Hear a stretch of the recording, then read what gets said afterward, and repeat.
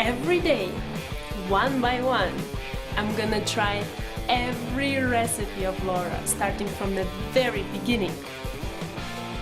Come, join me on my challenge. Let's go! Hi everyone! My name is Ruta and welcome to the 269th day of my challenge, where I'm very excited to try out my oven together with you. So far I've been kind of burning everything there just because it's way more powerful, I feel like, and I cannot still kind of figure out the time durations or the programs. I don't know. The oven is too fancy for me, so I really hope that today's recipe, which is vanilla shortbread cookies, will turn out alright. I have a feeling that there will be some really bronzed cookies, but let's hope for the best. So other than I already have all the ingredients prepared, which I'm eager to share with you, I have nothing else to add. So if you're curious to see how it goes trying out this recipe for the very first time, thank you for watching. We're gonna need 250 grams of flour, 150 grams of butter, 120 grams of powdered sugar, 1 teaspoon of vanilla extract, half a teaspoon of salt, and some bittersweet chocolate.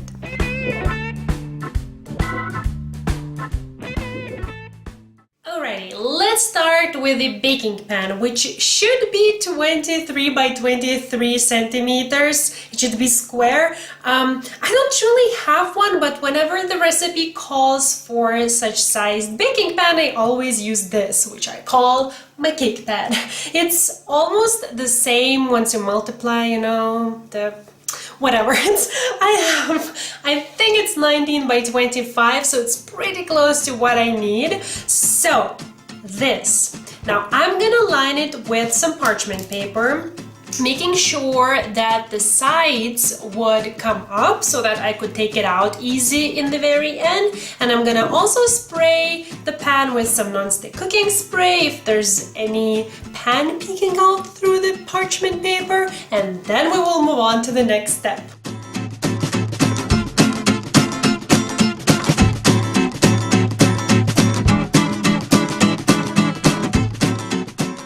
Man, it's really not that easy to make it stay in the place. I've turned on my oven to preheat to 180 degrees, and now I will move on to the batter. So to the bowl, I'm gonna add the butter, powdered sugar, and vanilla extract.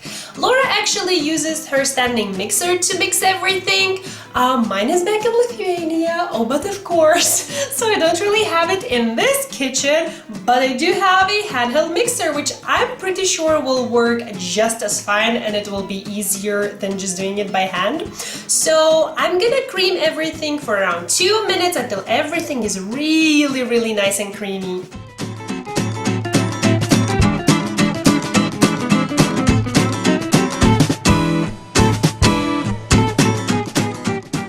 Now to this I'm gonna add the flour, and the salt, and mix for 1 more minute.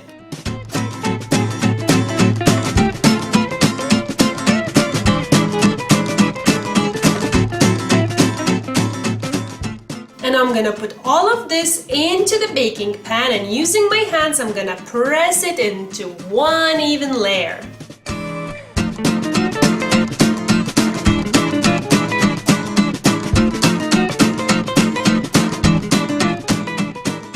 Okay, looks perfect.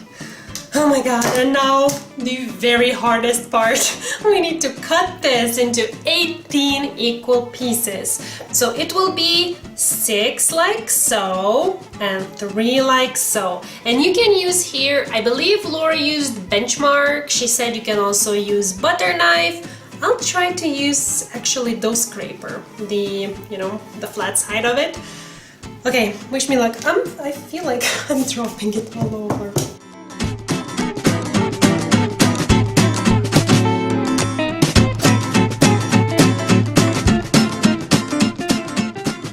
This is a really crumbly, soft kind of dough, so you will make a mess. Okay, now before putting it into the oven, I'm gonna prick each piece 3 times with a fork diagonally.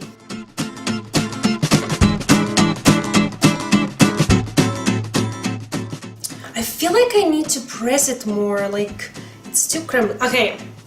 Okay, bear with me. I'm gonna just quickly redo some steps.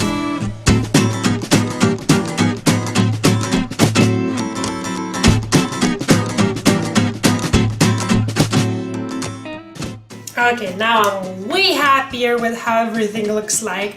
I just really needed to press it more, and now they look just perfect. So now this will go into the oven for 22 minutes. Okay, and now I'm gonna run the knife through the same cuts and let it cool down completely.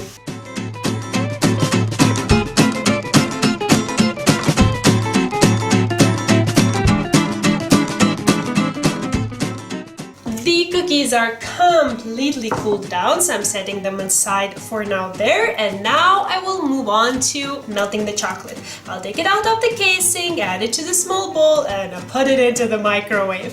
I will be melting it in 15 seconds intervals, meaning 15 seconds in the microwave, taking it out, mixing it through, and putting back in for another 15 seconds until everything melts really nicely. This way it will ensure that I will not overcook or burn the chocolate, and everything will melt nice and even.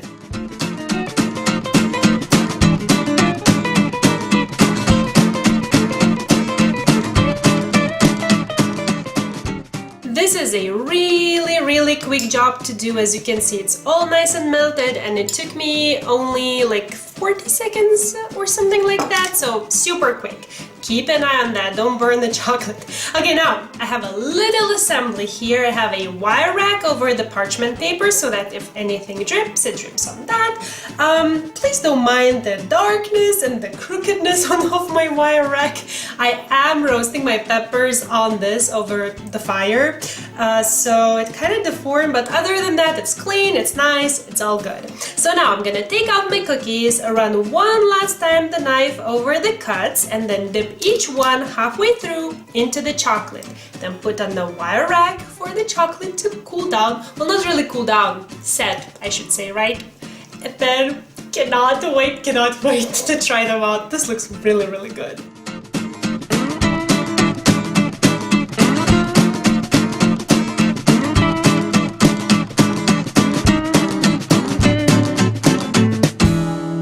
Oh my god, I'm so ready to try this! This looks like a face, doesn't it? Look. This is the nose and this is the mouth, can you see? Okay. I want to add some things first, but I feel like I should make it really quick because, oh my god, this smells so good. So the first thing is, I had 140 grams of chocolate, which was not enough to cover all of these. I still have one row, so that's 6 of them not covered with chocolate. So next time I think I will grab like 3 or 4 packs, making it, what's that, like 200-300 grams? Count quickly. And other thing, I feel like mine covered more thickly than Laura's. I'm not really sure. I didn't really double check her video, but I have a feeling that this is the case. I don't mind, that's fine, but I feel like I will eat only one and I will be like, okay, that's my sugar of the day. And what was the last thing I wanted to add? Oh, this is so interesting. Having in mind how crumbly and flaky the dough was when I needed to press it into the baking pan, this is surprisingly really firm. I was worried how, and actually when I was watching the original recipe of Laura's, I was like, how it's not like breaking while she's covering them with melted chocolate. Maybe it's just my lack of knowledge of doughs, who knows, but this is a really firm dough. You don't really need to be scared about anything. That's it, nothing else to say. Okay. Oh, another thing quickly, I felt not really sure if I could just put them in a plate actually, because when I touch the chocolate, maybe it's just this chocolate, but it leaves an imprint. So I feel like if I put it somewhere, yeah, it leaves chocolate like that. So I'm not really sure how are you supposed to serve them. I'm tempted not to like that. Okay, enough.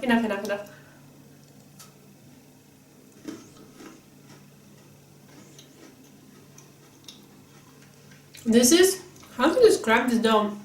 Well, I guess if you know shortbread, no, this is really sweet, then you'll know. It's kind of firm, but really crumbly at the same time. Like, it sort of feels light in a sense. It doesn't make sense when I say it at the same time, like firm but light. That's a lot of chocolate. I would really love a thinner layer of chocolate. Do you know, do I have chocolate all over my face? Let's pretend I don't. Do you know how to make the chocolate layer thinner? I tried warming up the chocolate during the process, thinking that maybe in that way I could coat them with a thinner layer of chocolate, but it didn't really make any difference. I mean, it just covers, as you can see, like the quite generous like layer of chocolate, which I guess it's fine, but I mean, seriously, I don't think I would be able to eat 2 of these. I'm taking one from here and one from here to make it not as sweet. These look really cool, but no idea how to serve them, because I feel like they would make a mess. Maybe just put on the plate and pretend like that's okay, that chocolate is all over everywhere. Just put and don't touch. This is really interesting. I'm not very familiar with the... Is anyone like me? Like, when you see this, do you want to lick it right away? Like, I know it's chocolate, that's why. I'm not really familiar with like shortbread kind of, you know, dough, so this is a really unique dough for me. But if you love shortbread and if you make this, please let me know. Are they like... Is this what's called shortbread? Like this kind of like dough? I don't know. It's really, really interesting. I think I will need to share this because that's a lot of sweetness just for me. But it was fun. And I didn't burn them! Woohoo! Okay, this outro is like 1 million years long, so I should wrap it up. So if you want, go and check the original recipe with Laura there. The link is actually there, I believe. The written recipe for this is in the description box down below. Let me know if you try it out and if you like it. Please tell me someone how to make a thinner, like for the future, a thinner layer of chocolate. I'm really, really curious to learn that. And that's it. I really hope that this was fun and helpful, and I will see you soon. Bye!